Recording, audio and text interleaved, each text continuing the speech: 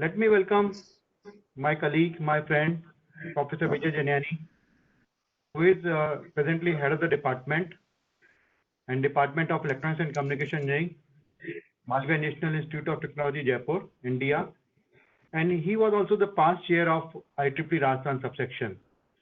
He is again a young researcher, have many projects, many awards, and working wonderful work in the area of the optical communication, in the optics, microwave optics. Our another member, Dr. J.K. Dingwal, another young enthusiastic administrator now, researcher. They're presently the principal at Government Women's Engineering College. He's done a lot of work in the antennas, and he will be also presenting about his words.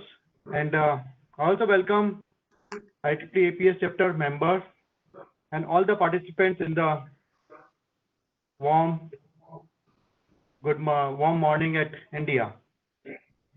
Good morning to all of you. Thank you, Sanjeev. Thank you, sir. Sanjeev आपकी आवाज नहीं आ रही है. Okay. Okay, now I request Dr. J.K. Digwal, Principal Government Women Engineering College, to say a few words. Thank you, Sanjeev. Good morning. On behalf of Government Mahila Engineering College, Ajmer, first of all, I welcome Professor Saptrishi Ghosh, IIT Indore, the speaker of today. Then I welcome Professor Vijay Janiani sir, Professor M.M. Sharma sir, the organizer of this event. Then I congratulate all the organizers of the event who are organizing this event in this Corona situation, and all the younger researchers who are taking the benefits of this event. So all the best for all the participants who are getting benefited from the lecture of the Professor Saptrishi Ghosh. Thank you, sir. Okay, thank you, sir. Now I welcome Professor Vijay Jainani, who is also one of the coordinator of this event. Now, sir.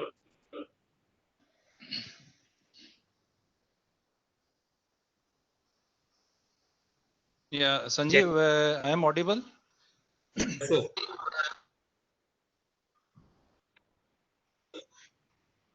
Okay. So, good morning to all of you. And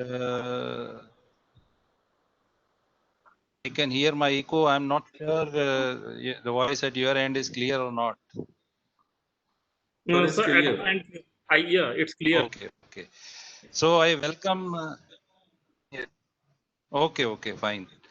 So I welcome Dr. Saptrishi Ghosh and Professor M.M. Sharma, Dr. Digwal ji, Dr. Sanjeev Yadav, and all the participants of this 1 week international workshop on metamaterials. And I welcome you all on behalf of MNIT Jaipur Department of Electronics and Communication, on behalf of IEEE Antenna and Propagation Society Chapter Jaipur, on behalf of IEEE Rajasthan subsection, and also on behalf of Government Women Engineering College, Ajmer. So I think it's a wonderful workshop with the number of very interesting and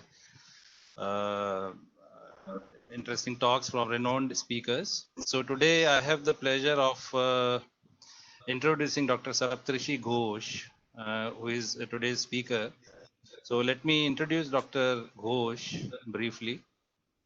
Dr. Saptrishi Ghosh has received his BE degree in Electronics and Telecommunication Engineering from Bengal Engineering and Science University, which is currently known as IIEST Shivpur, in 2009. He has completed his MTech and PhD from the Department of Electrical Engineering at IIT Kanpur in 2013 and 2017 respectively. After completing his postdoctoral research from Chung-Ang University, South Korea, he has joined IIT Indore in 2018, where he is currently working as an assistant professor in electrical engineering. Dr. Ghosh has been recipient of many impressive awards. He is a recipient of IEEE AWPL Outstanding Reviewer Award 2020 and 2019. MIF Fellowship 2020, INAE Young Innovative Science Student Projects Award in 2018, in 2018. Young Scientist Award from URSI ATRASC URSI 2018, ATRASC 2018.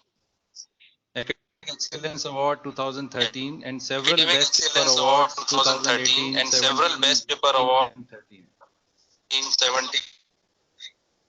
He has authored and co-authored over 90 refereed journals and conferences. His current research interests include RF integrated circuit, frequency selective surface, microwave absorber, electromagnetic metamaterial, and other periodic structures. So it is indeed my pleasure to be here in this international seminar to introduce Dr. Saptrishi Ghosh. Now I would request Dr. Ghosh to kindly take over and deliver the talk on active metamaterial absorbers. Dr. Ghosh, please. Thank you, Professor Vijay, for giving me the introduction. And thank you for other professors, other dignitaries for giving such welcome response. So, Dr. Sanjeev, am I audible? If there is no echo, I can start. Yeah. Yes, you are audible, sir. No echo, right? No echo. Yeah. Okay, so I am just removing my video for the higher bandwidth. Okay. So someone's telling me voice is low. I am increasing my voice. Yeah, it's okay. We are getting your voice. And you can increase your voice. Sometimes it may be low. Little bit pitch you can increase. Now it can be. It is okay. Yeah, it's okay now. Okay, thank you, Professor Sharma. Okay. Vandana is So, okay. Good morning, everyone. I'm Saptrishi Ghosh from IIT Indore Electrical Discipline. So today I'm going to give a talk on active metamaterial absorbers. So the presentation outline is as follows. So first I'm going to give a brief description about metamaterials and metasurface, and then what is microwave absorbers. After that, passive microwave absorbers, and then I'm going to talk about the active microwave absorbers and other defined types of metasurfaces. So mostly in that case, initially I'm going to touch about the basic microwave absorbers and passive in a little bit, and then I'm going to dig down about the what are the active microwave absorbers, in particularly with respect to the metamaterial things. So here, what is the metamaterial and metasurfaces? So metamaterials are, I think most of you know that it is the artificial composites materials which consisting of structural units much smaller than the wavelength of incident radiation. For a conventional materials which are mostly considered as an atom driven, and on the other side, that the metamaterial case, it is the unit cell driven, where the unit cell size is mostly lambda less than, much more smaller than the lambda by 4 or lambda by 6. So based on the different type, this type of property, based on these properties, these metamaterials can have the different types of controllable properties. Like we can control the particularly effective permittivity, permeability, effect index, and desired properties. Like permittivity can be modified to positive or negative. On the other side, permeability can also be made positive or negative. And in this way, you can consider there are 4 quadrants where you can consider that permittivity and permeability both can be positive or both can be negative, and either one of them can be positive and other will be negative. Note that the metamaterial, it is that you can consider that epsilon and mu both can be considered as a positive or negative. So when it is the extreme case that when both are negative, it is becoming as a dual negative medium. And when both are positive, then it will be a dual positive medium. But all 4 quadrants where the epsilon and mu can be controllable, all can come into the metamaterial property. It is not likely that only the dual negative medium is metamaterial. It is all the types of materials which are coming to the property of controllable mu and epsilon are coming into the category of metamaterial. And what about the metasurface? When we are considering instead of the 3-dimensional material, when we consider about the two-dimensional metamaterials, like when the unit cell is extended periodically in the x and y direction, and it is not extended in the z direction, or on the z direction it is ultra thin or thickness is very small. So then we can consider this as a metasurface. So metasurface is a specification of the two-dimensional material. So in that electromagnetic property, you can change in metamaterial in different way. There the diffractive index can be also positive or negative, and ground and velocity can be also be opposite in different directions. A small example, so there are different types of applications of metamaterials like absorber, antennas, super lens imaging, particularly in antenna, people are using the serialized transmission line. In super lens imaging, people are using the refractive index of negative to use the super lens imaging. In the cloaking case, people are using that particularly cloaked object where the object cannot be visible from using the biscattering radiation technique. That is a tunable metamaterials where the tunable things is happening, energy harvester things happening, as well as there are RFID. In today's lecture, we are mostly going to focus on the absorber applications of metamaterial. What is the metamaterial-based microwave absorber? So as most of you know that a microwave absorber exhibits absorption at microwave frequency, either single or multiple absorber. So how? If we consider this is an absorber structure, so there this is the air is happening, there also air is there. So then when the incident electric magnetic wave is coming, so there are some reflected wave is there and some transmitted wave is there. So then absorptivity will happen when both the reflected wave and the transmitted wave will be minimized and absorptivity will be maximized. So then how we are going to minimize the reflected power and transmitted power simultaneously? One option to minimize the transmitted power to use the complete metal termination. If you put a ground plane at the back side, so then there will be no transmission, only it will be, the equation will be reduced to absorptivity equal to complement of the reflected power. So that means if we reduce the reflected power, so then absorptivity will be maximum. How we are going to reduce the reflected power? The option is to go for the impedance matching. If we do the impedance matching at the input surface, so then there will be reflection coefficient will be close to equal to 0, because that input impedance will be equal to the free space impedance, and at that point your reflection coefficient will be 0, so absorptivity will be maximum.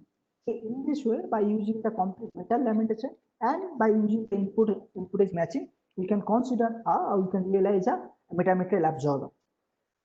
But what are the other characteristics of metamaterial absorber? Metamaterial absorbers are very ultra thin. The thickness of the order of lambda by 20, although periodicity is of the order of lambda by 4 to lambda by 6, but the thickness are very smaller compared to the wavelength. So that means the metamaterial absorbers are mostly based on the metasurface. Okay, so effective electromagnetic parameters epsilon mu and can be regulated, and absorbers can be made scalable from microwave, terahertz, infrared, and optical ranges. And this can also be easily fabricated using PCB technology. Okay, so first the metamaterial absorber has been realized by Landy in 2008. So in 2008, Landy has made a metamaterial absorber. How? So there he has made some electric ring present at the top surface, and there is a slab, electrical metal slab is present at the back surface. So there it is not complete metal lamination. So there he has to limit both the transmission as well as the reflection coefficients at the same time to obtain the absorptivity maximum.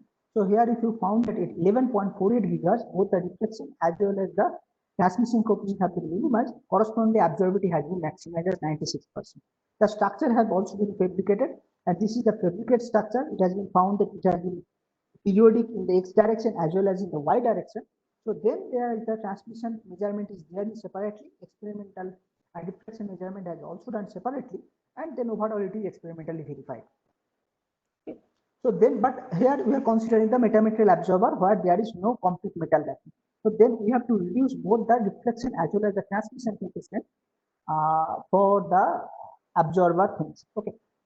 I think that some questions are coming up or pop up coming up. So maybe I'm going to answer your questions at the end of the presentation. Please hold on the questions.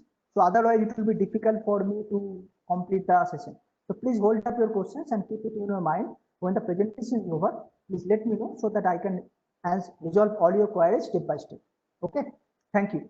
So here, so getting back to the presentation, so in the metamaterial absorber, here the Landy has made a metamaterial absorber where both sides the transmission and the reflection coefficients are non-zero. So can we make the transmission coefficient 0? In the subsequent absorber structures, they have made the same effort. They have made the completely metal diameter at the back side, so the transmission is entirely zero. And then the equation has been limited to only reducing or reduction of the reflection coefficient.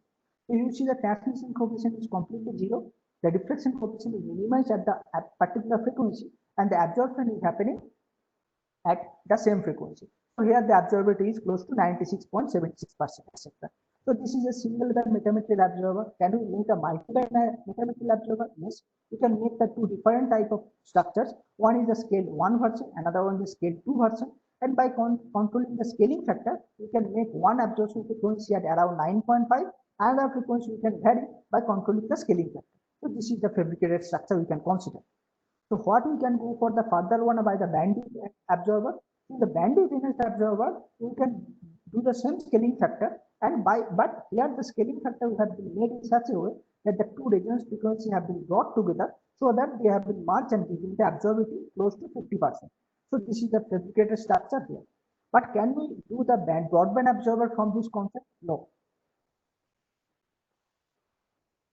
Yeah, so there is one question is that what should be the minimum thickness, the minimum size? Minimum size should be of the order of 5 lambda cos 5 lambda for measuring the absorber. Lambda is corresponding to the center frequency. Okay. So then we are coming from the broadband absorber. In the broadband absorber, so what I am telling you that in the passive or bandwidth enhanced absorber case, it is very difficult to increase the absorption further because then we have to increase another scaling factor, and also the absorbability is not so high. So then what people are doing, they are using the Lamb-Webster instead of the normal scaling factor. So Lamb-Webster is absorbing electromagnetic wave over a large frequency, and here the ohmic loss is the contributing factor to give the broadband absorber. So if you found here the contributing factor is the dielectric loss. So we have to use FR4 substrate or similarly lossy substrate for getting the narrowband absorber or bandwidth enhanced absorber. But here the main contributing is coming from the ohmic loss, which is coming from the Lamb-Webster. So even if you are not using any lossy substrate or low loss substrate, the absorbability will be similar because it mostly depends on the ohmic loss. So here you see the absorbability is above 90%, which is pretty high as for it and considered as a broadband absorber. So, but most of the structures are passive absorbers. So how we are going to go for that active absorber? But what is the need for the active microwave absorbers? Note that the previous all the passive absorbers have no flexibility once fabricated. That means once they are fabricated for designing from the 4 to 8 gigahertz, so they cannot be made to design for 8 to 9 gigahertz, right? So suppose your structure cannot be reused in case of the when this is a passive absorber. But in case of active absorber, it can be reused by controlling the external stimuli. It can be used for different types of cases. And like if the pinda is there, the switchable absorber, it can be used for switchable purpose, it can be used for reflection purpose, transmission purpose, and same structure can be used for both the cases. In for a tunable absorber, it can be used for different absorption frequencies also. So this type of active absorbers, also the name is known as the reconfigurable absorber. You can also consider because this structure can be reconfigured based on the external stimuli. So this can be realized by magnetically or mechanically or electronically.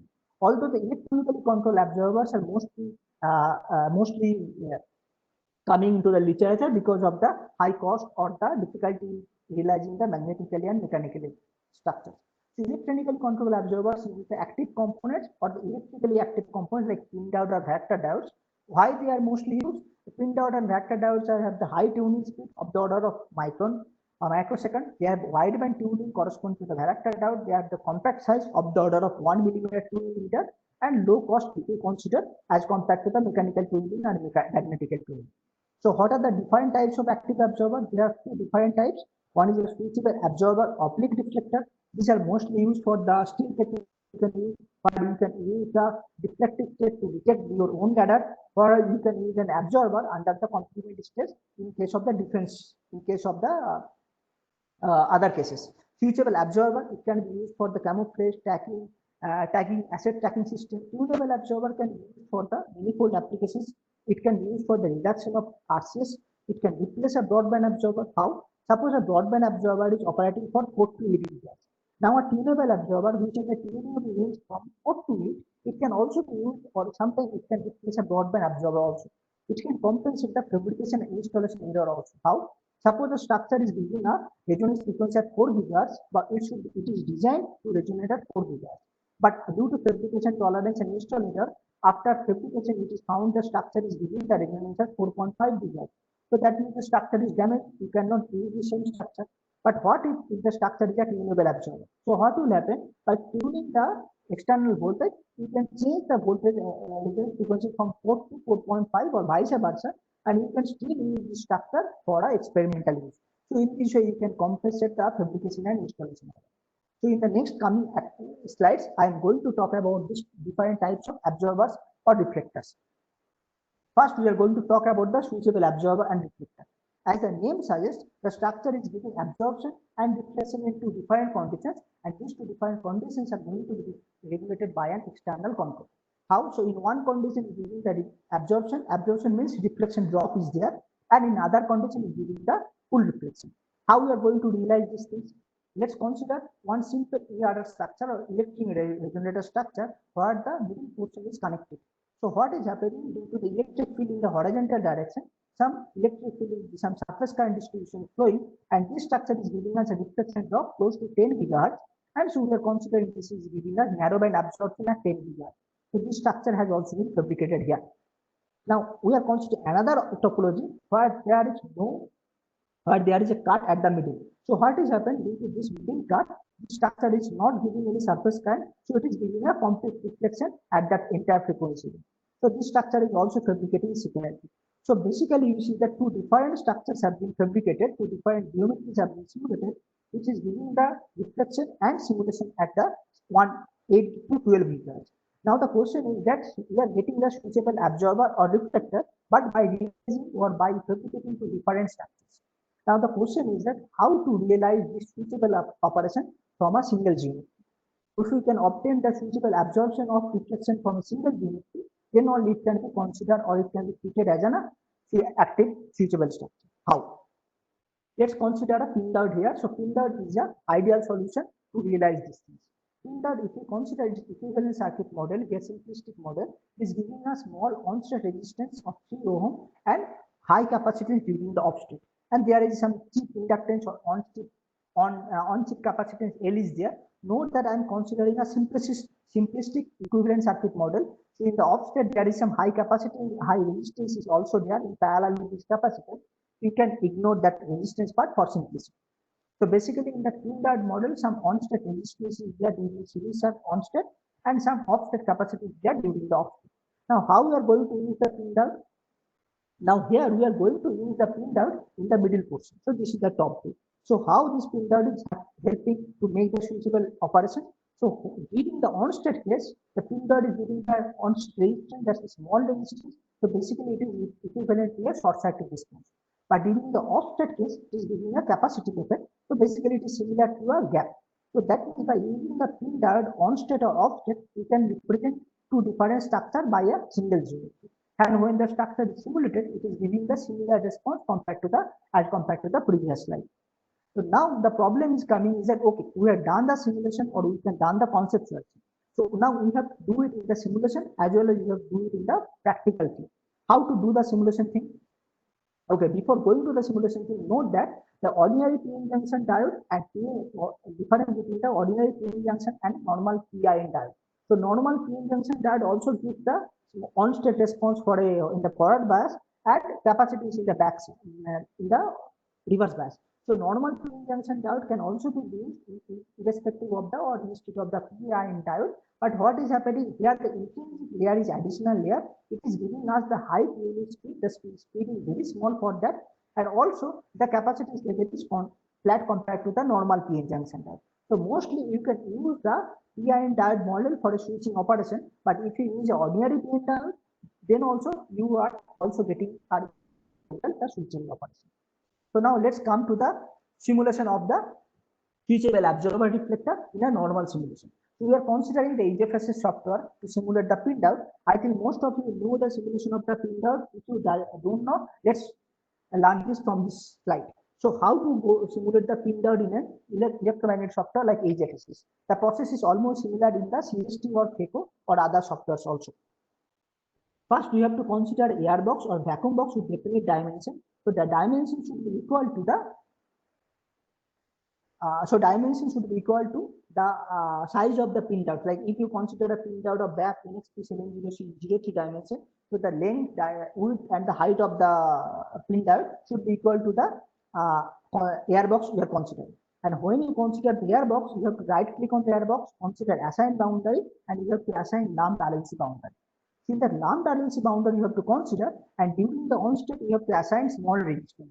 Okay, so that means, and during the on state of the printout, you have to assign a resistance of considering like 3 ohm or 4 ohm or in such a way. And during the off state, you have to assign large capacitance here.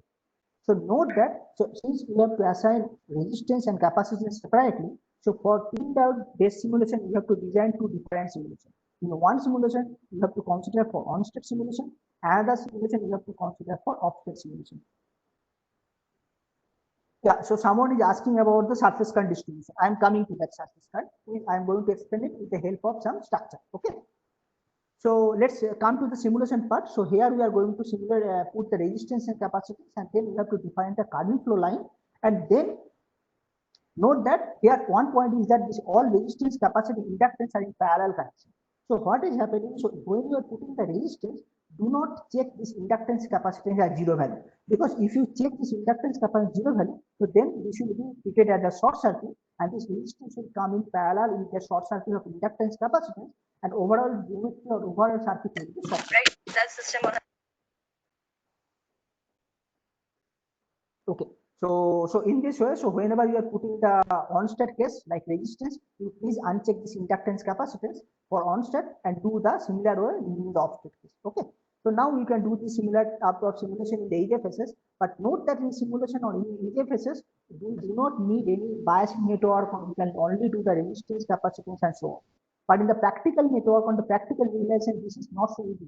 Because in the practical network, you have to supply an external voltage across a diode. Otherwise, the diode is not going to work. So this is direct voltage source across a pin diode. So the pin diode is working for a forward voltage. So you have to give the positive voltage across the anode and negative voltage across the cathode. And this voltage has to supply externally so that the diode will be turned off or off based on the external voltage. How we are going to give the voltage? So we have to give the voltage by using the DC voltage. So here the diode is connected. How we are going to connect? We are going to connect simply a metallic line here and another metallic line here, and we are going to connect this voltage. But does this problem is going to solve in this way? No. Why? Because let's consider a periodic structure. In metamaterial observer, the structures are periodic, unlike a simple antenna or unlike a simple microscope filter. Here is the number of unit cells are there which are periodically arranged. So how you are going to bias? It is not possible to bias across individual unit cells. So how to simultaneously bias all the diodes? Then what is happening? You can connect all these unit cells in together, and you connect the metallic lines, and instead of giving 1 volt, you can put the 4 volt here. So basically, you see the all 4 diodes are connected in series. So if you consider that all the diodes have to be turned positive or have to turn on, so then you have to give 4 times above the turn-in voltage of each diode. So if the diode has a threshold voltage of 0.7, okay. So someone is asked that no, you have to consider simple single airbox for the pin diode case, and in that airbox only you can only assign resistance in one simulation. In another simulation, you have to assign the capacitance only. Okay. I hope that I can clarify all your doubts after the presentation. Please hold all those queries. Okay. So here Yeah, the how to simultaneously. Please put your queries at the last, because the just presenter is just getting in the screen all the time. Please put your queries at the last of the chat or last of the talk. Okay, thank you. So thank you, Dr. Sanjeev. It will be easier for me to complete it in a whole, and then after that, I will be there. Okay, no issue at all. So here I am talking about the simultaneously bias all the diodes.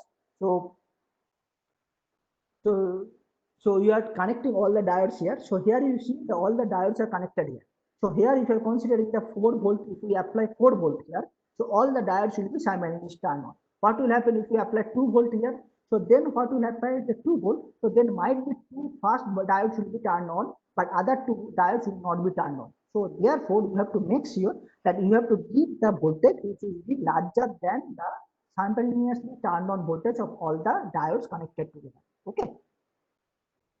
So let's go for the practical realization of how it has been done for a experimental thing. So you see that people have done the pillar geometry here. So this is the initial geometry, and the inductors are connected across it. So okay, so the problem is that the problem is that the here is connected together by using the metal line. But initially in the simulation case, we do not consider the metal line. Now we are considering the metal line in that case, practical case. So does this metal line affecting our response or not? So there is the term question. Yeah, the metal lines obviously is going to, or the bias lines are going to affect our simulation response. How to protect that case? We have to use the inductor. So inductor is a very good choice of that case because inductor allows the direct current and it is blocking the alternating current. How? The inductor, if you apply the inductor, what is happening? So suppose this is the initial and the diodes are connected in between. So what is happening if you put the inductor at two different positions? So what is happening? These inductors are blocking. So what is happening? The direct current is flowing from DR to this inductor and giving the positive voltage across the pindar, and then the cathode is connected to the zero voltage to this another wire. So what is happening through this inductor? The direct voltage is coming and it is exciting the pindar. And also this direct current cannot flow through this gap, So the only option the direct current can pass through the pindar. So in this way, the pindar has been excited. But what about the alternating current or electromagnetic wave? Electromagnetic wave cannot pass through the inductor. Since it cannot pass through the inductor, so therefore it is seen that there is a huge amount of capacitance is going to be found by the alternating current or electromagnetic wave. So the electromagnetic wave does not see anything here, it is seeing only the block or some white space or the capacitance, and it will not pass through the inductor. So in this way, you can use the inductor to block the alternating current and to allow the direct current. But what is the need for blocking the alternating current? There are two reasons. One reason is that if you do not block the alternating current, the alternating current might flow this response and it might change the overall simulated response. So that is not ideal, or that is not the referential thing. So we need to block this. Second reason is also another thing is that sometimes these direct currents are connected directly to the DC voltage source. Now, if you are connecting this, now if the alternating current is flowing through the inductor and it is reaching to the DC voltage source, this might damage the DC voltage source. So therefore, to protect your direct voltage source or the DC voltage bar battery, you also need to block the alternating current. But note that is it the opposite is not happening? That means, can you think that okay, the direct current can pass through the pin diode and direct current is not blocking the VNA, or direct current is not creating the problem, or direct current is not any chance to damage the VNA? No. Why? Because in case of absorber, your structure is present in the far field condition and your VNA is present in the far field. So from VNA, the electromagnetic wave is coming and it is incident on the structure. So by any means, your direct current is not going to VNA for an absorber. But note that in case of antenna geometry or the microstrip filter, you need to block both. That means you need to block the alternating current to go to the DC voltage, and you need to block the direct current flow to go to the VNA. So this type of blocking thing is commonly available in antenna or the filter thing. Okay, so now this is the simulated response, and so let's come back to the fabricate prototype. So this prototype has been fabricated. All the initial geometries are connected together with the inductors and the vias, and at the back surface they are putting the biasing lines and they are connected together.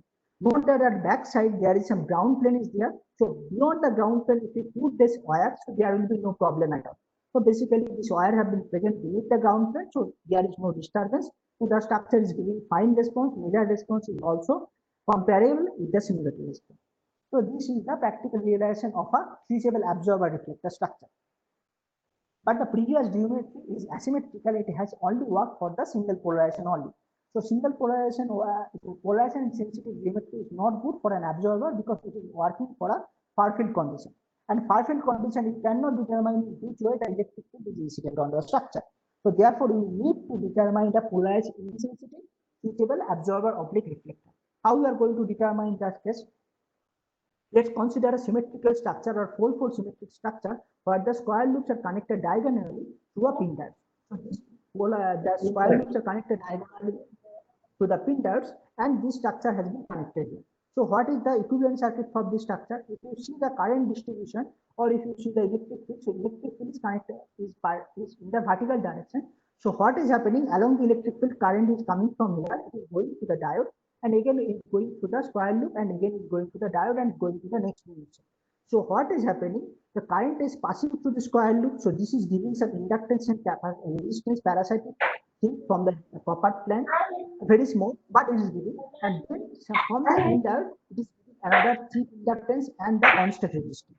So note that the during on-state there is no capacitance coming from the drain. There is no capacitance from the top layer. So if there is no capacitance from the top layer, how the resonance is going to be created during on-state? Since there is no resonance during the on-state, we are going to get complete reflection during the on-state. Since there is no resonance. But what will happen in the off-state? During the off-state, there is a capacitance coming due to the pin diode. And due to this off-state capacitance and some inductance capacitance, it is giving a narrowband resonance at 3.71 GHz. And in this way, this structure is giving us a narrowband switchable absorber oblique reflector by using this type of structure. Okay, how the structure is going to operate for practicality? Note that the structure is polarized insensitive. The disadvantage is that instead of one pin diode, there are 4 pin diodes, and we have to like bias the pin diodes in a particular way so that there will be no blocking or there will be no mismatch between them. So here we have to use the bias lines to isolate the incident wave from the direct side. How? You see there are 2 metal lines. One line is connected at the right side, one line is the left side, and now the signal is coming from the, and this right side is connected with the positive source of the bias voltage, negative side is connected with the left side bias line. So here the current is coming from here, the blue current, and is coming to this, and then is connected to the, and it passes to the all the pin diodes. So here in the passing to the pin diodes, and then again reaching here, and in this way the diodes are excited. Note that here we are using the 2 steps. One step is that we are using the small. So here we are using the lump. Here we are using the bias lines. You see that this is the biasing line. So this bias line will have been very small, of the order of 0.25 millimeter. So what is the benefit of that? If we consider the bias line very small width, so then it is behaving as a distributive inductance. And as it is distributive inductance, that means it is giving the inductive effect. So electromagnetic wave is getting blocked. First point. Second thing is that we are also adding some inductor at this biasing line, and these inductors are also blocking the alternating wave to pass through this. Now the question is that what is the requisite value of the inductor? Note that we cannot use the inductor of arbitrary value. Inductor, each of the lumped inductor has some self-resonant frequency known as SRF. So that inductor has a package capacitance, and inductor has its own value of inductance. So based on the package capacitance and the inductance, it is giving some resonance frequency, and that at the resonance frequency, inductor is giving as a high impedance response. That means open circuit. So that means at the resonance frequency of self-resonance frequency of the inductor, it is giving as a open impedance or high impedance or open circuit, and at that case it is blocking the alternating wave. So the inductor should be used in such a way that it is blocking the alternating signal at the resonance frequency. So that means the inductor we have used is whose self-resonance frequency is 3.62 GHz. 3.62 GHz, that means that it is blocking the alternating wave around from 3 to 4 GHz or around this range. So that means around this range or around this frequency means no signal can be, or no electromagnetic wave is passing through the the biasing line. Okay.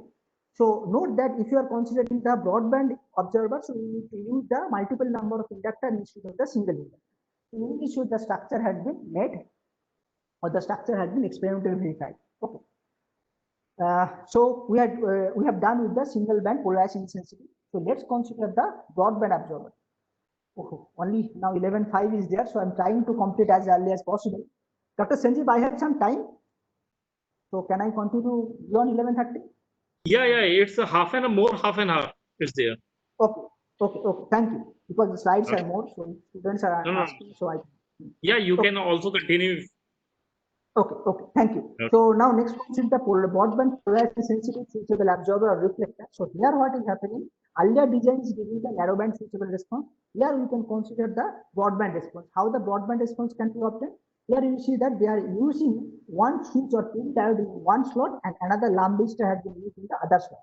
So what is happening is that during the on-state means the diode switch is giving a very low resistance that will almost short circuit. The current or electromagnetic wave is flowing through the switch only. So then the resistance is not used. So the resistance is high resistance, the signal will flow to the low resistance path, then the signal is flowing to the diode only, and it is behaving in a short circuit. So it is behaving as a almost reflecting a response. But on the other side, when you consider the off state where the switch is giving a high capacitance or very high resistance of the order of 1 mega ohm, so then the current is going to pass through this lamp register whose value is only 100 ohm or 200 ohm. So since it's passing through this 100 ohm or 200 ohm, it is giving a broadband absorber. So in one case, it is giving a reflector, another case, it is giving a broadband absorber, but obviously it is giving a polarization sensitive case because the structure only operate when the electric field is in the vertical direction. The structure has been fabricated as well as there are some inductor have been put in between, and this is the measurement response. But this structure, as I have told, it is only in the asymmetrical direction or the polarization sensitive, and it is limited for a practical application. Can we make it a polarization insensitive design? Yes. The earlier structure what we have designed for narrowband, it can be extended by mounting the lamp register in the top. Note that the initial design concept system, the diodes are presented in the selective alone, only the lamp register is put in the square. So what is happening that during the off state, along with the during the capacity, some current is flowing to the resistance only, and due to the ohmic loss of the resistance, it is giving a broadband absorber from 3.48 to 8.04 gigahertz. And during the on-state case, gas current is flowing over to the diode and there is no capacitance and it is giving the deflection. But unlike the previous case, some deflection drop is happening. Why? Because during the on-state also, some current is flowing to the capacitance, resistance, and some ohmic loss is happening during the on-state also. So exactly not complete reflection is happening, but reflection is limited to minus 2 dB also.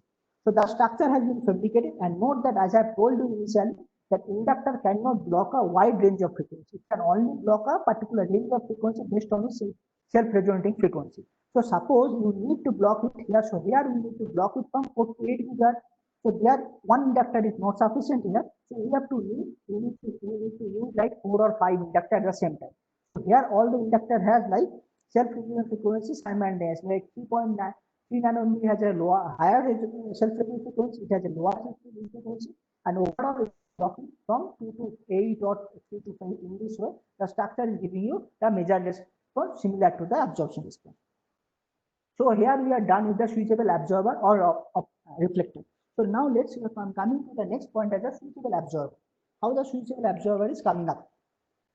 In the switchable absorber, as the name suggests, it is giving the absorption response in both the cases. Like here, we are mostly using the pin diode, but earlier previous case, there only the absorption is happening in one condition and reflection is happening in another condition. But here, absorption is happening in both the frequency. Okay, by using the external signal. How it is happening? Let's consider simple topology. In the simple topology, the diodes are used in between the two unit cells.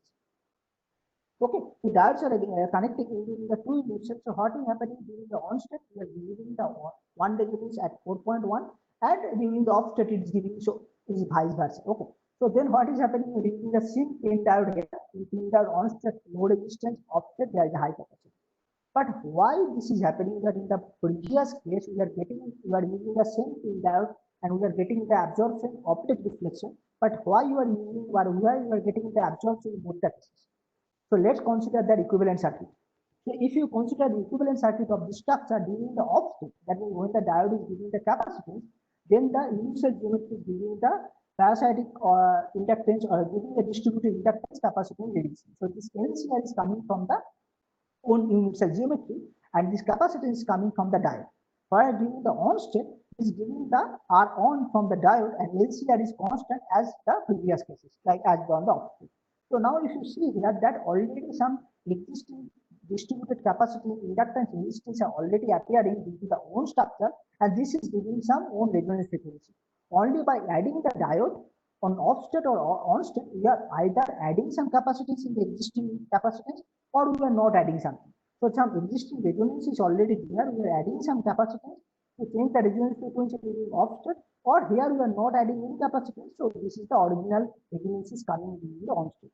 So thus we are getting that absorption in both the cases due to the addition of the capacitance in off state or not. Okay.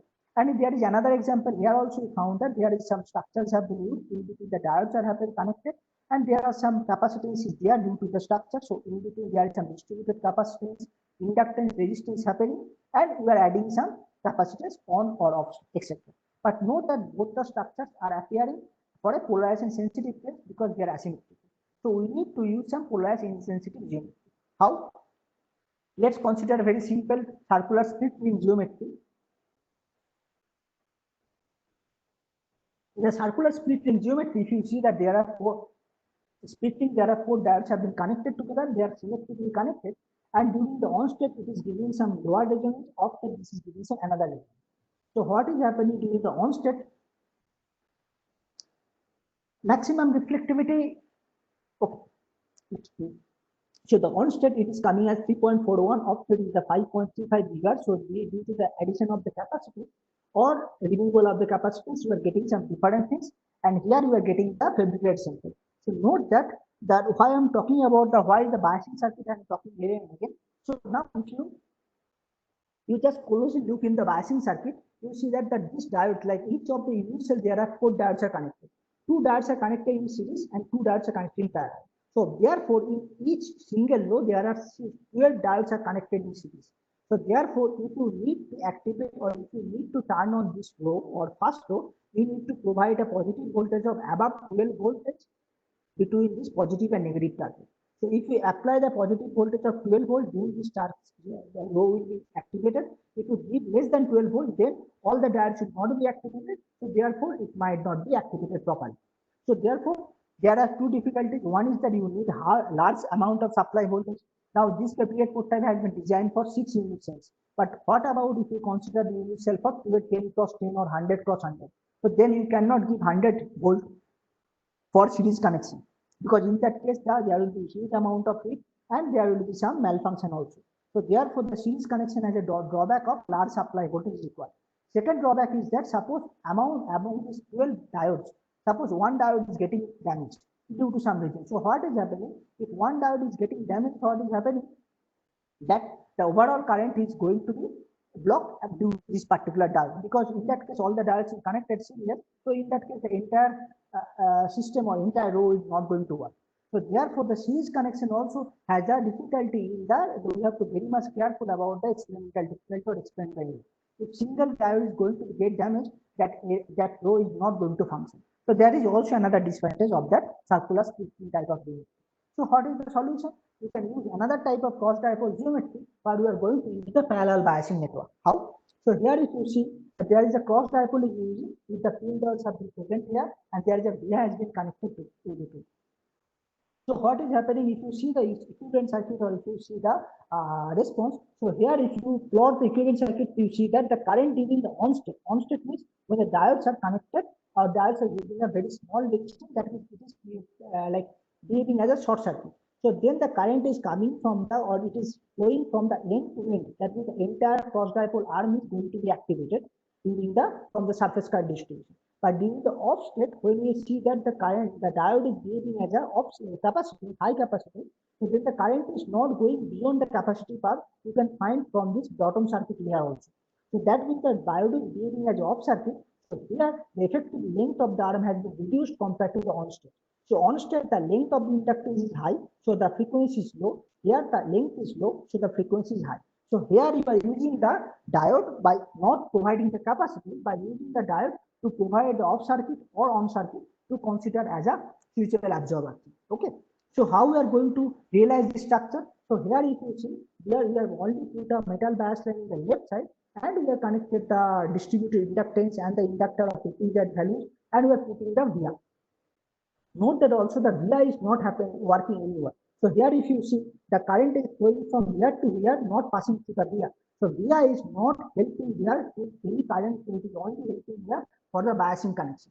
So how the current is flowing? Current is flowing from the positive layer, and then it is flowing to the bias line, passing through the diode, and through the via it is going to the ground plane, and ground plane is connected to the negative part of the bias voltage, and in this way current is flowing. Now you see this current is flowing parallelly across all the diodes. So all these 8 diodes are connected parallel. So you only need one voltage to turn on all the diodes simultaneously on. So this is one advantage, that your supply voltage is very small.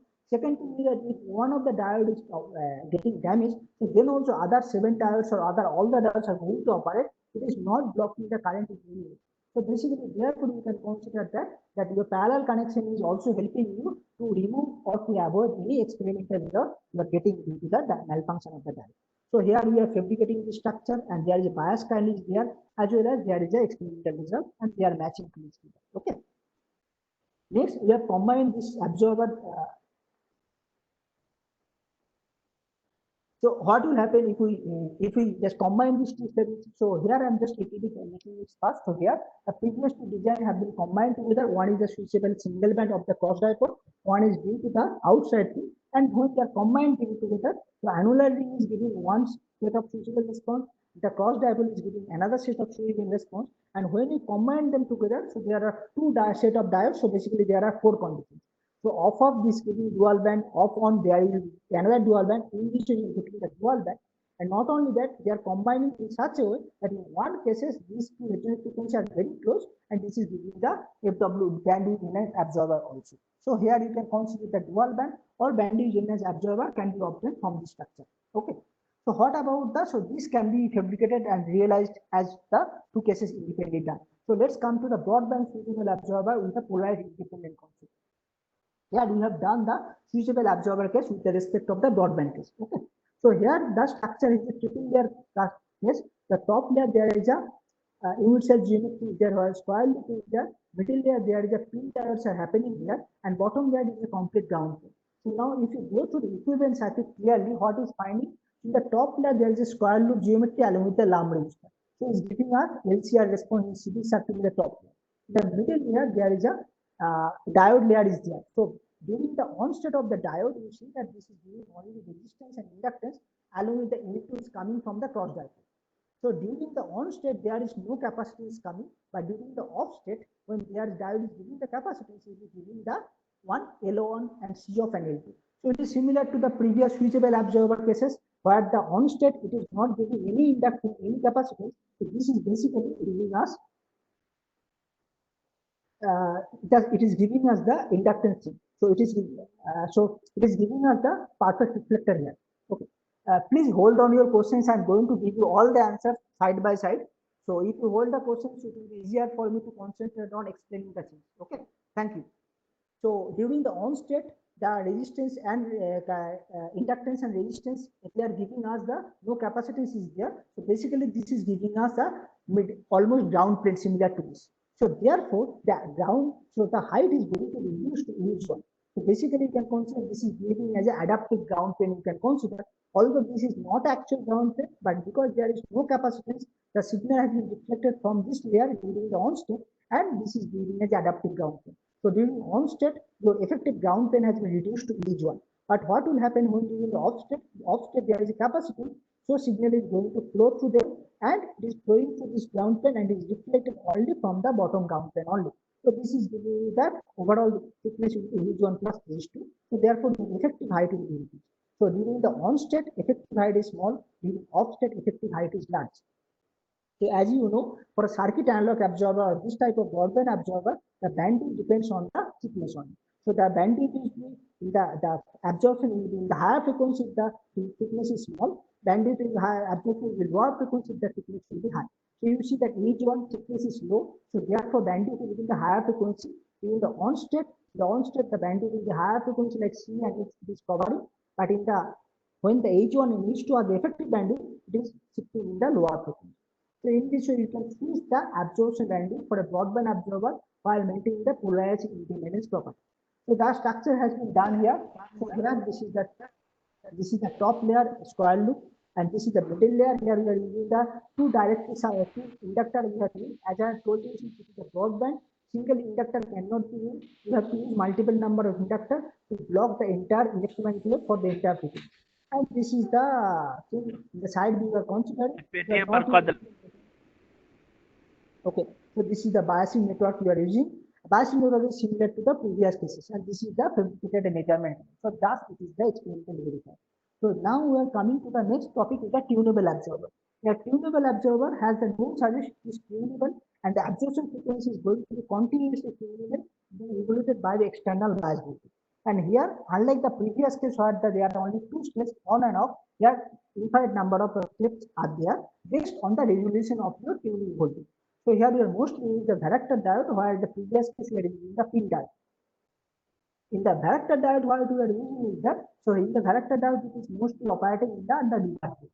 The reverse voltage, how it is operating? So here in the we are connecting the negative voltage across the anode and positive voltage across the cathode, and during the switchable tunable thing, this Cj is the junction capacitance or the reverse voltage junction capacitance. It depends on the VR. VR is the reverse voltage. Vj is the junction voltage. So J0 is the zero voltage junction capacitance. N is the grading capacitance. So the Cj0, Vj and N and C2 is the package capacitance. All are constant. Only VR is the variable value, which is the reverse voltage. So while varying the VR voltage, you can control the junction capacity. So that means externally you change the junction reactor voltage, you change the junction capacity, and based on this capacity value changes, your absorption frequency is changing. Okay, so let's consider a simple example. There are two unit cells are there. This unit cell geometry is giving some LCR resonance, and this varactor diode is giving some varactor capacity, and this top layer and bottom layer there is some biasing network has been connected. So here this LCR is fixed, while this capacity is connected in series with the Cj. So basically, your capacitance is varying with the reverse voltage, and you are changing the reverse voltage. Capacitance is decreasing, your resonance frequency is increasing. So in this way, you can consider tunable absorber from a simple concept. Okay.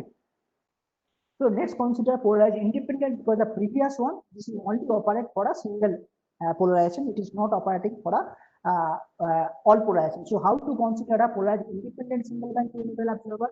You can consider a simple square loop geometry. The diodes are connected in a symmetrical way, and you see the diodes are connected symmetrically, so it is giving the four-fold symmetry. And this varactor is coming from the varactor diode, and the LCR is coming from the original geometry. And then there, while it's changing the C varactor, we are using the SN doing something of varactor diode, and here the zero bias, junction potential, package capacity, building capacity, all are constant. Unlike only the varactor value of the V varactor is the value which is varying. So by changing the VR, your Cj is changing and your value is changing. Your tuning range is continuously changing. Okay. So in this way you are changing. So tuning range is 70.18% with respect to the initial frequency. Okay. So now how the structure has been fabricated and realized, it is similar to the previous case. Only the diode orientation has been reversed as compared to the pin diode. So varactor diode is operating under reverse voltage. Pin diode operates under forward voltage. So they are also connected in the, we are connected in the metal loop lines, inductor we have connected, and then we have connected the positive terminal here and negative terminal here with the diode, and then the diodes have been connected. Electric alternating current is flowing along the electric field, and DC voltage is current flowing along the positive negative voltage, and this is the measured response. Okay.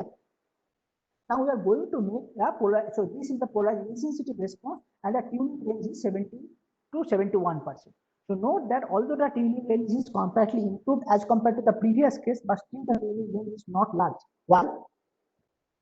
Because there are written that the tuning absorber, the previous case, it is low tuning range. Why? Because if you closely look in the equivalent circuit, you see that this C varactor is the capacitance coming from the varactor diode. Its value is close to of the order of picofarad, exactly right?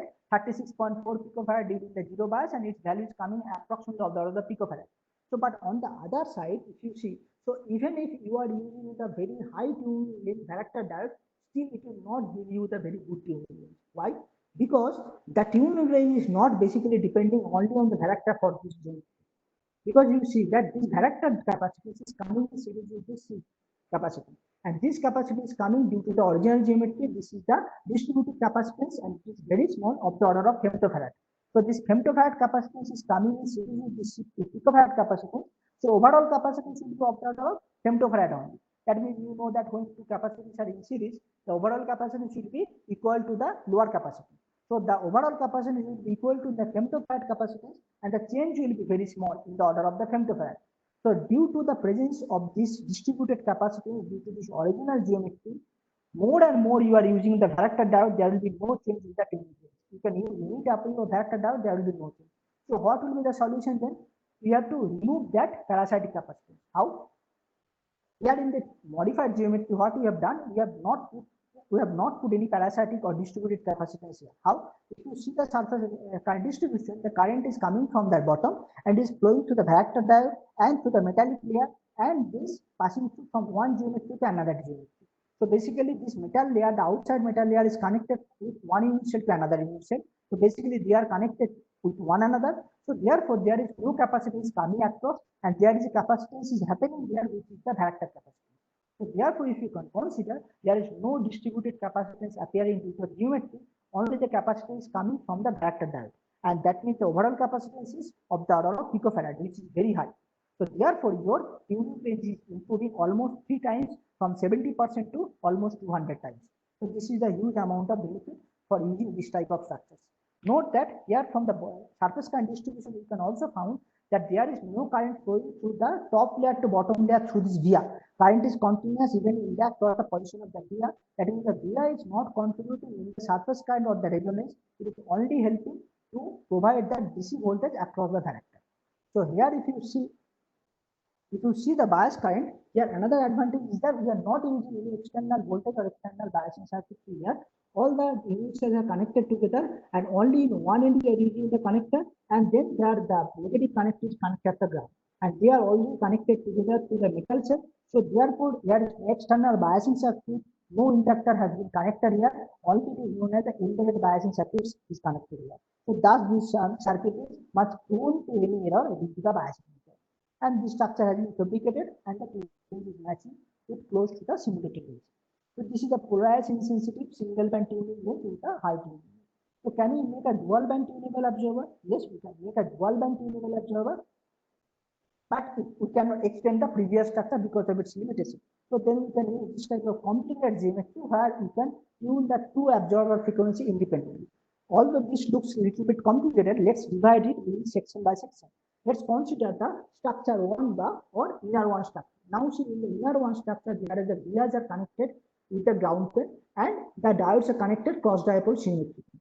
So now if you see the surface current distribution, you see the current is starting from one end and is going to the cross dipole, going to the via and diodes, and it's going again to the bottom plane. So you see the bottom side, in the bottom plane, the current is not going to, although the ground plane is entirely distributed, but it is not going in anywhere. That means the current is only localized across these states.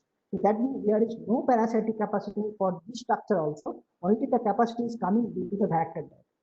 Previous case, the vectors, the diode, the vias have been connected to bias, but here the vias have been connected to flow the current from top to bottom, but there is no parasitic capacitance coming.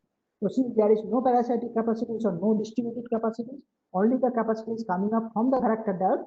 This structure is giving us very high tuning rate of the order of 250%, which is a very large capacity is coming up. Okay. And what about the structure 2? Structure 2 is just a complement of the structure 1. It is giving the same response. You consider the diodes outside, consider the vias inside, and then you are giving the same response. It is also giving the similarity of tuning. Now, when you see both the structures are combined together, they can be independently tuned. How? So now see we are using the ground plane as a one part of the connection. So this left bias line and the ground plane is giving one set of connection, right bias line and the ground plane is giving another set of connection. So basically we can use the two biasing line and the ground plane to independently tune the set of the varactor diode, and we can independently tune the structure.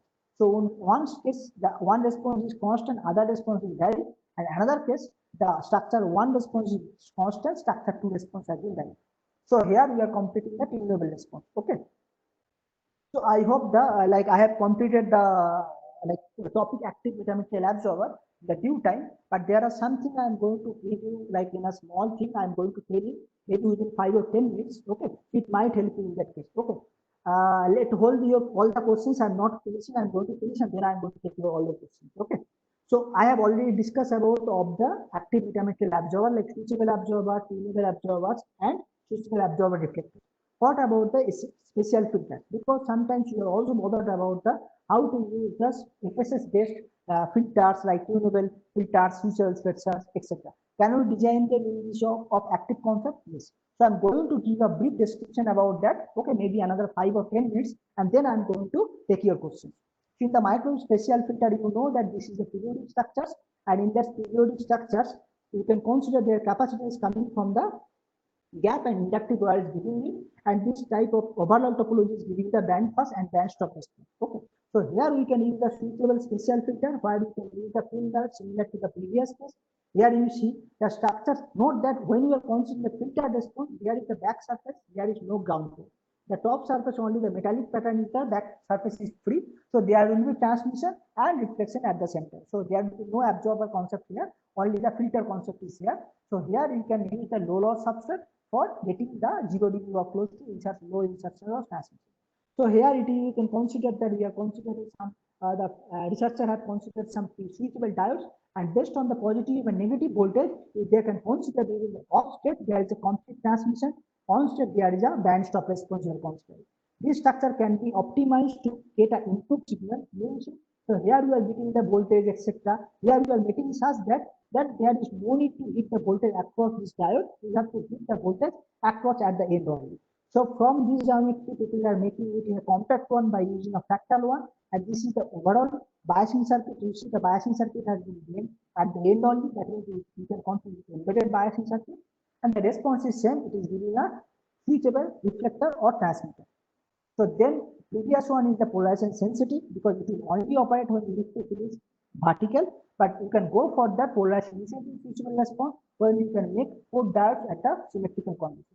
So there you can consider in on state it is the band stop filter, off state there is the band pass filter. The structure has been biasing.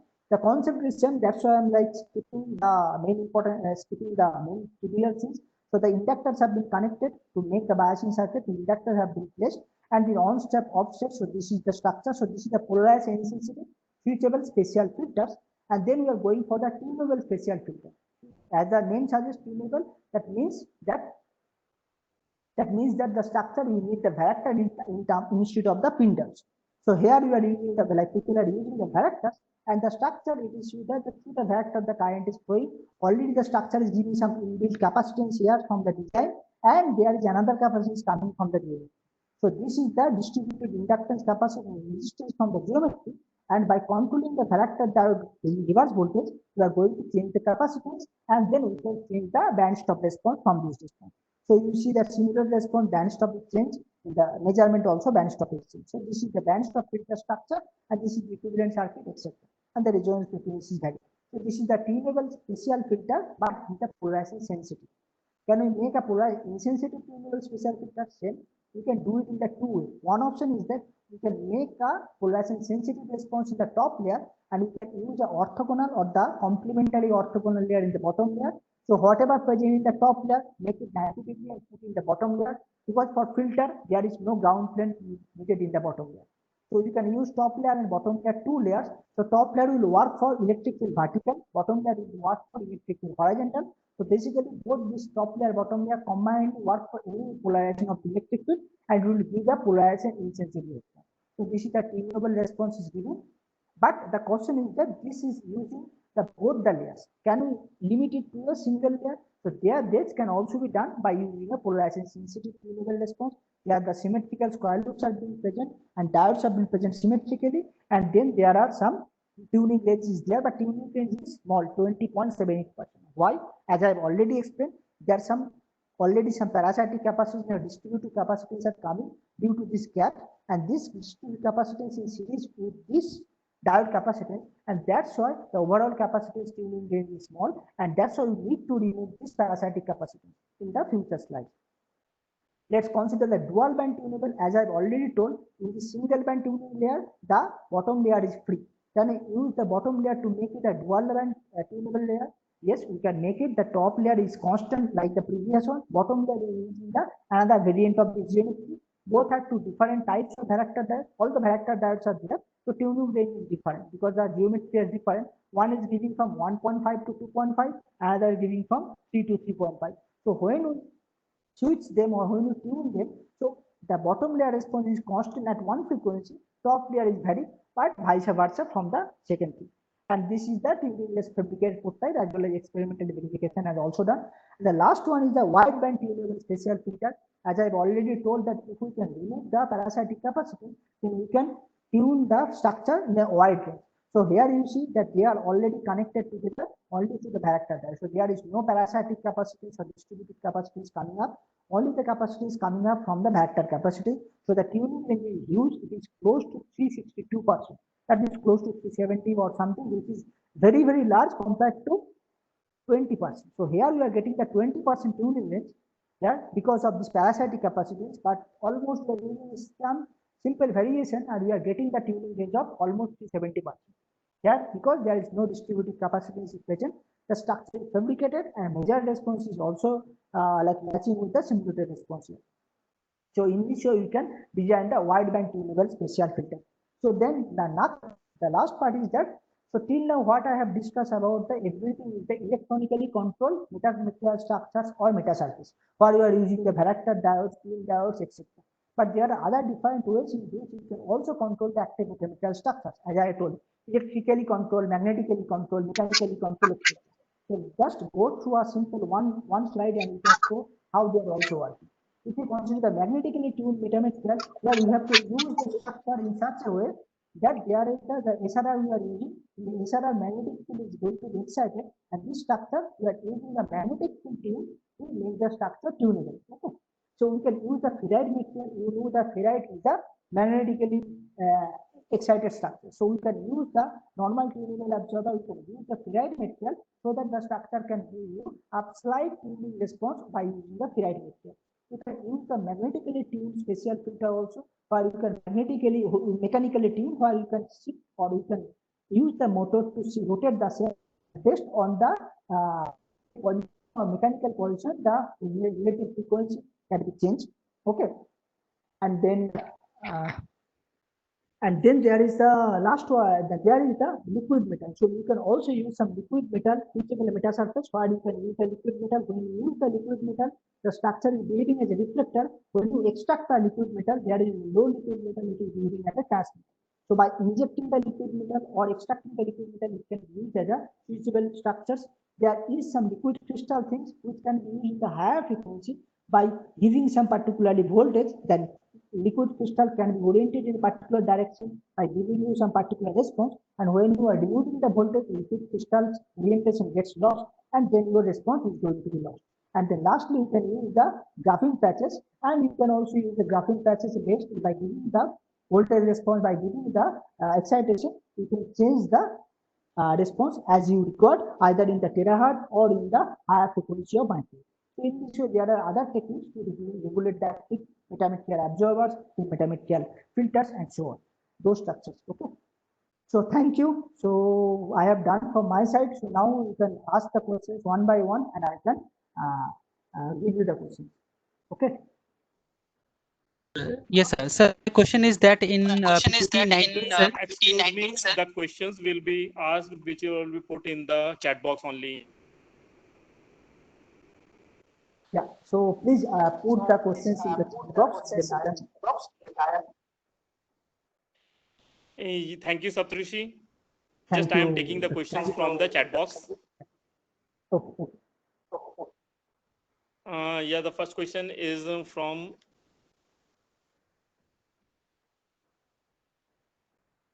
starting from the first question, Ramya. That is, according to Razanov limit, least thickness for wideband dielectric radar absorber is constrained to a theoretical limit. Similarly, what is the minimum thickness limit for designing ultra thin metamaterial absorber? Thank you, Ramya. So first thing is echo is coming. Can you mute your or other people? Hello. Yeah, fine. Yes, sir. Still, it is echo is coming from my side. I don't know from other people. Hello. Yeah, Fine. getting you. Okay. I don't know whether you are. So according to the Rozanov limit, the least thickness for wideband, so Rozanov limit is maintained in the ultra thin metamaterial absorber as well as the broadband metamaterial absorber also. Rozanov limit is not violated. Rozanov limit is telling about Rozanov limit is maintaining about the bandwidth and the thickness. So for a broadband absorber, the bandwidth is more, so that's why thickness has to be large to maintain the Rozanov limit. For a narrowband absorber, so bandwidth is very small. Sir, there is a huge amount of it. I request everyone. Okay, fine. I think Dr. Sandeep, please mute yourself whenever you are not talking. Okay, sir. Okay, thank you.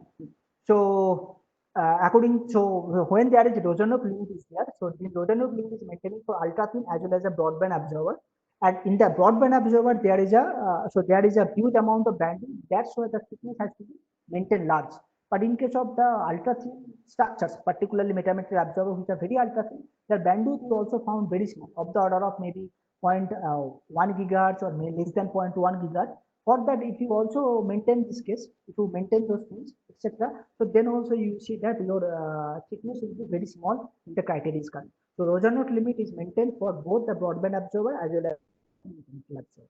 So they are the lambda by 20, lambda by 30, whatever you are getting, that will always be above the Roja-Note limit, not below.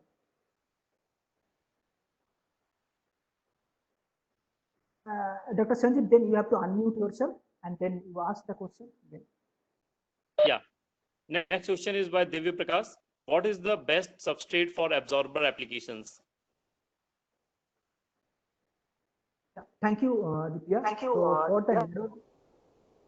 So for the narrowband observers, particularly there are two types of observers. One is the narrowband observer, one is the broadband observer. For narrowband observer, we generally make the observer application by using the dielectric loss. So for narrowband observer application, we can use the low loss substrate like FR4. Okay, so FR4 is the low cost substrate and as well as not a best substrate, but is a low cost, cheap, commercial available. So you can use the observer. For the broadband observer, you do not need a lossy substrate. Even the low loss substrate can also suffice the purpose. But the problem is that if you go with the low loss substrate like Actiduroid or Teflon, Arlon, so then your cost will be high. So then there is no need for going for a high low loss substrate. You can use also the FR4 same substrate for the broadband observer. So observer thing, I think FR4 is the optimal choice for using as a for using your observer thing. Note that some people are using FRB substrate also. That is also low cost and that is also flexible.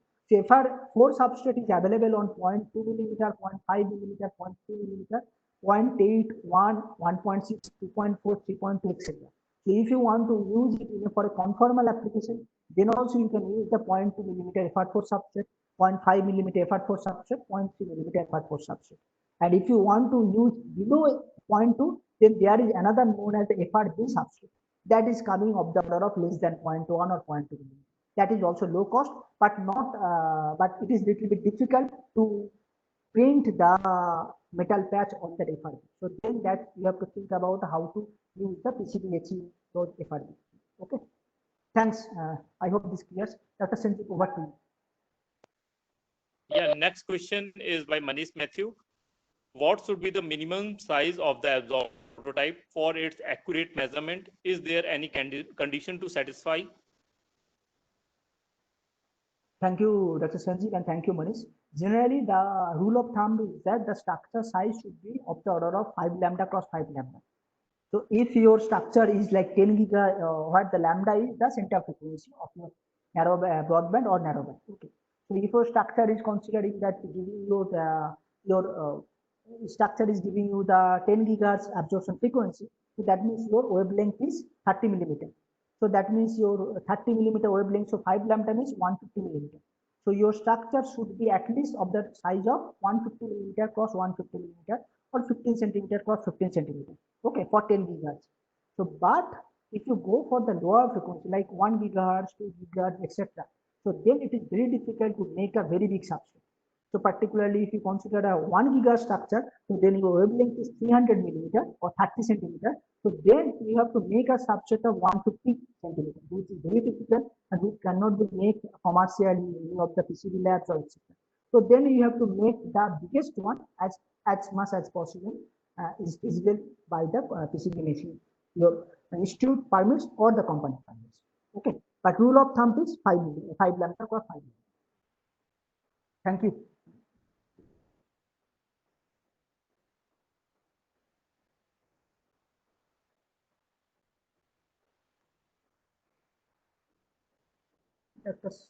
Yes, yeah. So next question is Snehasis. Please explain the surface current distribution section for complete transmission or complete reflection. Yeah, that I think you have explained during the presentation. Yeah, yeah. I hope that I have explained. I hope that I have explained. Yeah, that's why I skipped that question. Okay, sorry. Okay, sorry. Yeah, next question is by Avnish. How do you choose the geometrical shape of FSS for absorber applications? Thanks, Avnish. Basically, if you go through the slides, I have only chosen the simplest one, that is the square loop or cross dipole excision. My suggestion to everyone is do not take any complicated geometry. You choose a simple geometry. Rather, you implement the concept. So you need why you need the absorber geometry. You need why the complicated geometry is. The complicated geometry will also give you same resistance, inductance, capacitance. The simple geometry will also give you the simple resistance, capacitance, and inductance. So therefore, my suggestion is that you choose to start from the simple one. So right, so suppose how I am going to choose. So suppose generally for any of the geometry, for any absorber application, I generally start with the square loop or any cross dipole. The square loop is giving you some normal inductance, capacitance, and resistance. Everyone knows about that. So now suppose I want a compact absorber from a simple square loop. So what I am going to do? So because I need a compact absorber, so that means I need to reduce the resonance frequency with the same geometry. So how I'm going to reduce it? So then you need a fractal one. So can you use the fractal geometry here? So what are the possible options of using fractal? You can use Mendel line, you can use the IDC interdigital capacitor, you can use the Minkowski, you can use some lumped capacitor or lumped inductor along with the passive geometry, and you can make this as a compact geometry. So in this way, you can consider the geometrical shape of an absorber. So basically, you start with the simple one, and as your application requires, you can go for the complicated one is required.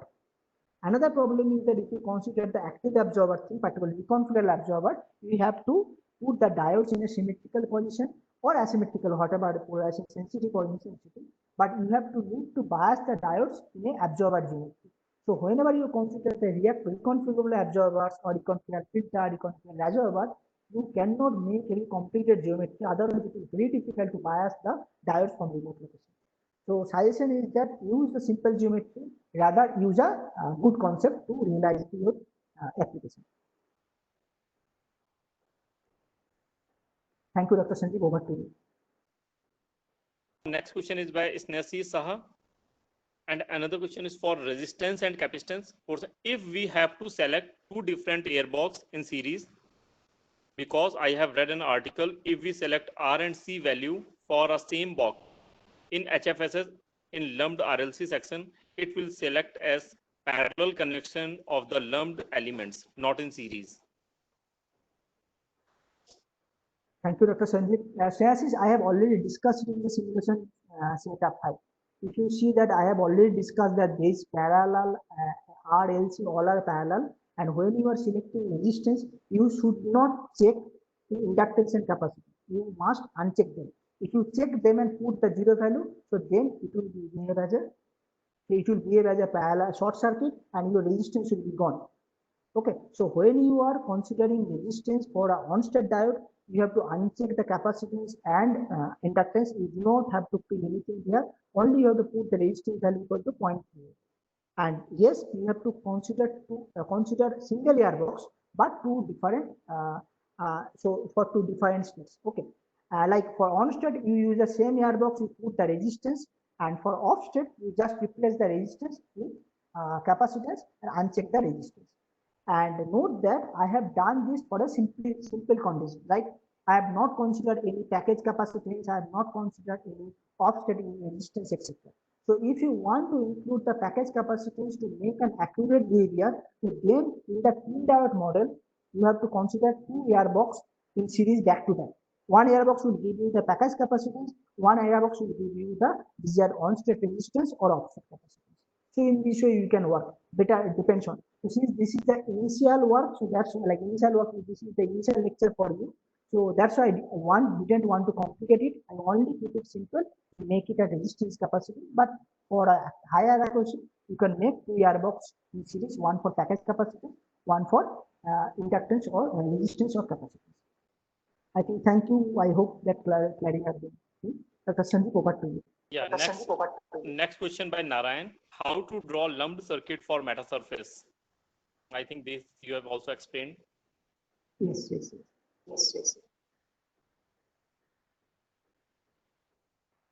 Yeah, next question by Kavita M. How to obtain the equivalent circuit of the absorber?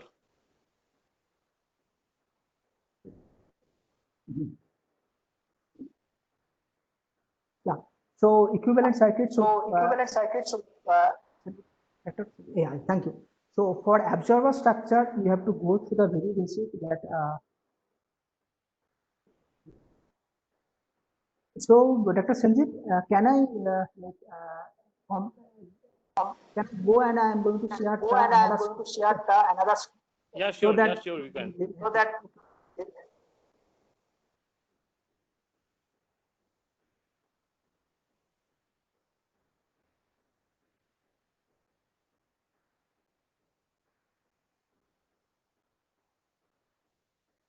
Dr. Sanjeev, all the queries are answered.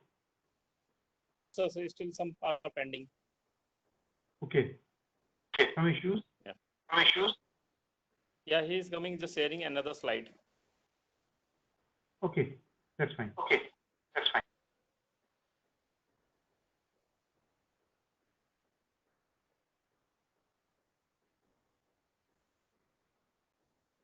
Let us just give me 1 minute. Maybe I'm going to back to. So people are asking, so that's why maybe I'm going to show them one structure. So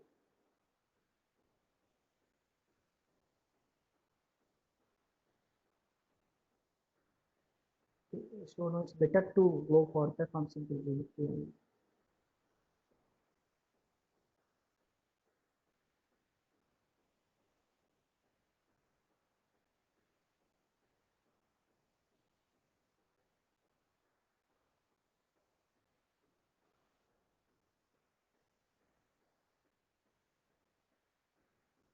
Yeah. So basically, for any observer circuit, when you are going to determine equivalent circuit, you have to find the surface current distribution first. So first you have to determine the what is the surface current, and from the surface current you have to determine this. So I am here considering here. So let's consider this cross dipole. Okay. So here we have first simulated thing. So maybe from the simulation we do not know what is happening here. But if you go to the surface current distribution, you see here the current is flowing from here and going here, and then current also is flowing from here. And then from there current is going down and then again coming here. So that means from here how the inductance is coming. Inductance is coming from this arm and this arm and this arm and this arm. So there are inductive effect is coming. And from there current is going down backside, and that means there is some dielectric substrate effect is coming out, and from the ground plane there is some response is coming up, and there is some capacitance in between the two structures. So basically you are giving the inductance, capacitance, and those things are happening. So it's easier. So like here also I'm trying to show you. So let's consider this is simple square loop. So this simple square loop, you see that this is square loop is giving up. So this square loop is giving up inductance. So this inductance, so you have to check the surface current. So current is flowing like this and like this here, and a current is flowing like this here. So from there you are getting the inductance, and from there you are getting the capacitance from this surface, and the resistance is coming from here lump resistor. But if there is no lump resistor, so then you have to consider lump resistor due to the finite conductivity of the copper. So from there you will get this equivalent circuit here. And this diode you can also find. So you see again you have to check the surface current here. So current is flowing only through the metal. So the current is flowing through the metal. So these metals are giving some effective inductance. All effective inductance are combining in it. And from diode is giving you that R on state, and this is giving you CR. And then at the bottom ground plane is giving you short circuit because this is a ground plane metallic conductor. And this there is a air substrate TB and TS2. This I have combined together as H2, and this TS1 and TA they are combined as a H1. Okay. So in this way you can slowly find. So my suggestion is that whenever you are going to determine, you first determine a square loop.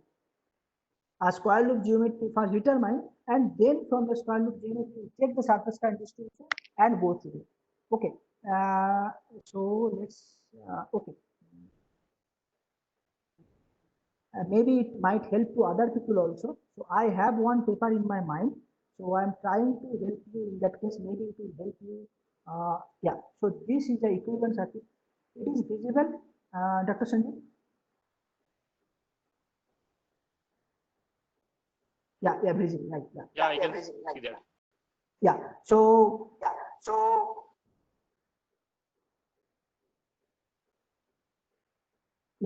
So if people are asking, so this is the equivalent circuit. If you clearly see, this is dedicated thing for equivalent circuit. You can go through this paper. Dr. Sandeep, can you please? Thank you. So this is the equivalent circuit. So if you clearly see that there is a square loop in the top surface and there is some bottom layer, there is a ground. So current is coming from here and then current is going to this layer and current is going to this layer. So basically there is some capacity is coming from this bottom surface and this from this here. So this capacity is coming due to the inter-unit cell. So between the unit cell, this capacity CFSS is coming. And then due to this capacity, this inductance, there is a LFSS, we will consider two LFSS, and there is a two LFSS coming, and these two LFSS are actually in parallel, so basically it is giving LFSS, and the resistors are also coming. And there is some capacity between top layer and the ground layer, and in this you can find. So basically you have to, and here you have to find that how the capacity is coming. So there we also found some odd mode, even mode capacity, and it might help you to understand. So please go through the paper if people are understanding equivalent circuit. It might help you a lot. If you are not getting the paper, so then send me a mail. I might help you in that case. Okay. Okay. Thank you, Dr. Sanjeev. Over to you. Thank you, sir. So now we have to take the question very quickly because the WebEx may end up the meeting. Okay. Just give me. Yeah. So So the next question last, is one of the questions.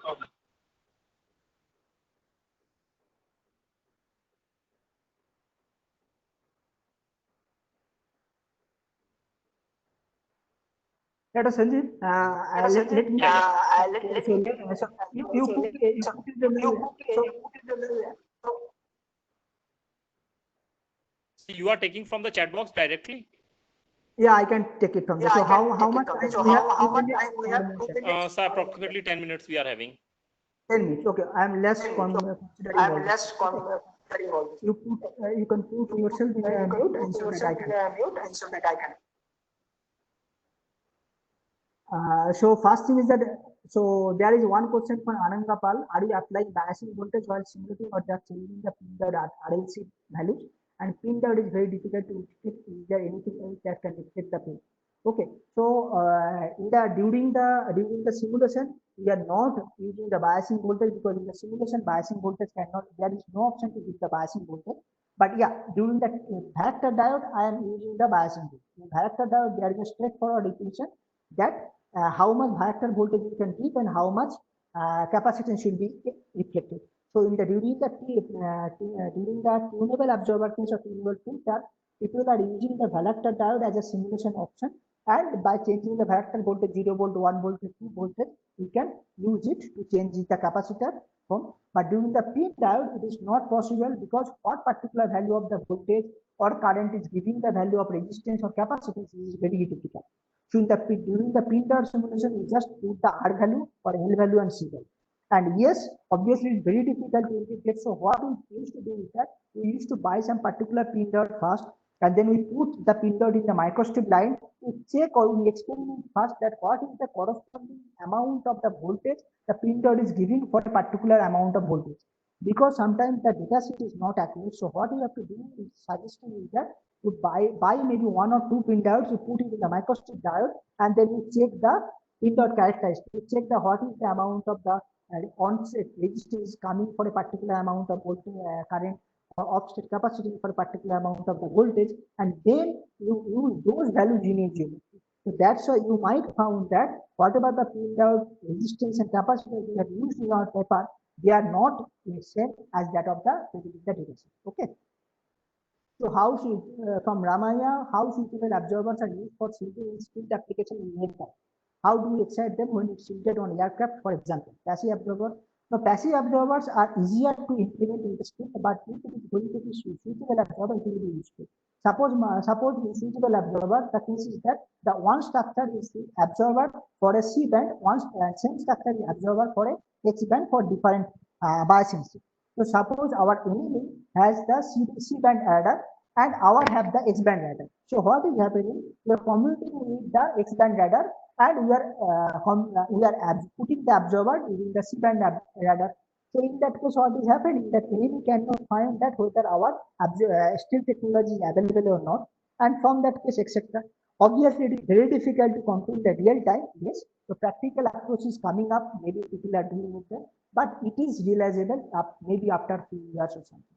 Is there specific method to design equivalent circuit of BRS MIMO antenna as per dimension? MIMO antenna is completely different. What is the case in MIMO antenna? You have to first find the surface current distribution, and based on the surface current distribution and the DRA, you have to find the equivalent circuit. Basically, MIMO antenna, you found that how the circuit diagram is going on, and DRA is giving you the high dielectric substrate. So basically, DRA is giving you nothing a high capacity effect because of the high dielectric. So you have just only model a capacity for the DRA and along with the MIMO capacity. What is the best way to make an angular stable? Angularly stable, there are few options. One is that to make it the compact geometry more and more so for angularly stable net, you have to put the getting leg higher from the frequency. Getting leg actually reduces the angular stability condition. So you have to send the getting leg higher from the geometry. The only option is that you have to make the structure compact or miniaturized. So you will see the most miniaturized essence, miniaturized absorber, compact absorber are coming, which have the high angular stability. So if you make the getting leg away from the angular, away from the engineering frequency, so then you can play with the absorber system and you can make. And how you are making the compact absorber, you can make using the fractal one, you can use the Minkowski fractal, IDC mental line one. So basically you can use those things, and you can also use in the conformal absorber. But conformal absorber, the concept is same, but you have to make it more and more compact to make it angular. Which simulator have you used to realize all the absorber? I use EFSS, but those can be done in the CST or FICO or COMSOL, etc. Which type of structure is suited for sensor application? If this absorber and sensor are mostly the different application. Absorber application, you need the high lossy substrate, but sensor application, low loss substrate is preferable because then your transmission should be much more. But if you are want to make it a reflective structure based absorber sensor, then any of the FR4 substrate can be used. Okay. And then which measurement method have you used for verification of the simulated result? You have used the free space technique. Free space technique, you can use single monostatic RCS measurement technique for monostatic RCS measurement technique for normal incidence, and bistatic RCS measurement technique for the angular, for the oblique incidence measurement. Okay, so free space measurement technique is widely known. There are many people. Dr. Sanjeev also knows a lot. There are many institutes, IITs have the anechoic chamber and with the philosophy. Okay, I sir, absorbers are DNG material. How we know? First thing, this is a huge conception. Everyone, absorbers are not DNG materials. Absorbers are either DNG or DPG, like dual negative material or dual positive material. Note that metamaterials means that they are epsilon and mu both can be used simultaneously. So now the absorber concept, if you look carefully in the absorber concept, the impedance matching, both your epsilon and mu both has to be made equal to each other. Then only your impedance matching is happening, right? So because if you clearly remember that their Z input has to be equal to free space impedance. For that, if you when going for that, your reflected your mu real should be equal to mu epsilon real, mu imaginary should be equal to mu epsilon imaginary. Okay, so this is the concept of the absorber. Again, I am telling you, mu real should be equal to epsilon real, mu imaginary should be equal to mu epsilon imaginary for getting the impedance matching condition for an absorber. So therefore, either both mu real and epsilon real should be positive, then also absorption can happen, and either both can be made negative, then also absorption happen. So either the metamaterial things in the first quadrant or the third quadrant in these two quadrants can happen. So DNG material can also use for the metamaterial, particularly where the DNG material use the SRR structures, where the backside there is no ground plane. Landy structure 2008, those are the DNG materials. But the most of the coming proposed structures where there is complete back layer, complete ground plane, there are the dual materials, that means they are the dual positive materials. Okay. So if there is a SRR structure, magnetically enabled, or there is no ground plane or the incomplete ground plane, they are the DNG material. If there is complete ground plane, they are mostly DPG material. Okay, mostly, not always. If the mathematical observer considers the unit cell, what will be the dimension? Dimension will be less than lambda by 4 or lambda by 6. Based on any dimension, you can consider lambda into O. I think how we provide voltage in the graphene. In graphene case, generally there will be two layers of graphene. In between there is a silicon dioxide or oxide interface. Okay. In that case, the top graphene and the bottom graphene, they are very close to connect with each other. In between there is increasing there, and then we have to give a voltage. Hello, Dr. Sanjeev. Yeah. So I think what are the practical applications of multi-pattern observer? There are many practical applications. I think you can go through the paper. You can design the varactor simulation tool. I have already told. As you shown in the pin diode, you have to use the, instead of using the resistance, you have to put the capacitance, and capacitance, instead of putting the constant value of capacitance, you have to put the variable value. Like you put the VR, and then VR you using an optometrics to vary its value in that way. So you vary the value of the varactor voltage as you obtain capacitance, and you can go for that. Recording thing, it depends on the Dr. Sanjeev, how the orthogonal and four-fold symmetry affect the fractal symmetry is useful. Yes, four-fold symmetry is required. Four-fold symmetry, then the structure will be polarization sensitive. Orthogonal is also one type of four-fold symmetry. Okay. What is the maximum achievable frequency band for broadband observer? It depends on the practical application. You can make it in the microwave, you can make it terahertz, you can make it infrared based on the application. Many people are working on the different. Like Professor Ramakrishna from IIT Kanpur, he works on the infrared. There are many faculties from the terahertz. IIT Kanpur, Professor Kumar Srivastava, he works for the microwave. It depends on the application.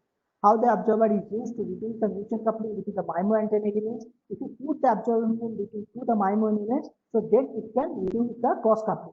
And in that case, you can use this thing. Particularly, there are many groups are there that are there are many from IIT BAG. There are one group they are using some observer things to reduce the cross coupling between the MIMO elements. Okay, so you can go through them things. I think okay.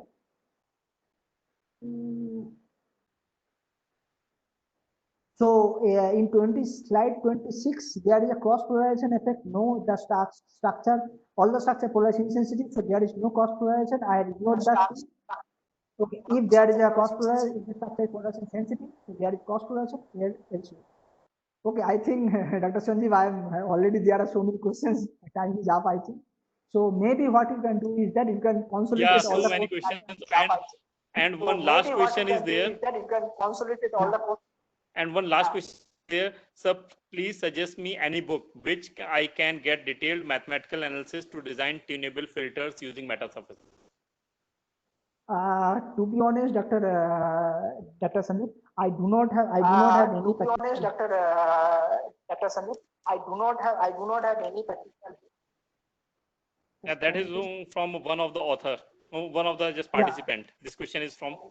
Yeah, I know. No. I have got the. I've got. Actually. Yeah, I know. No. I have got the. I've got. Can you just actually get you in a mute mode? Can you just. Maybe I'm putting the last. So okay, so there is no direct straightforward in a book. You can go through the two or three books. One straightforward in a B.A. Bang and thesis of many researchers who are working. Instead of going through the paper, thesis of many researchers who are working. Which are available in the internet and you can get the idea.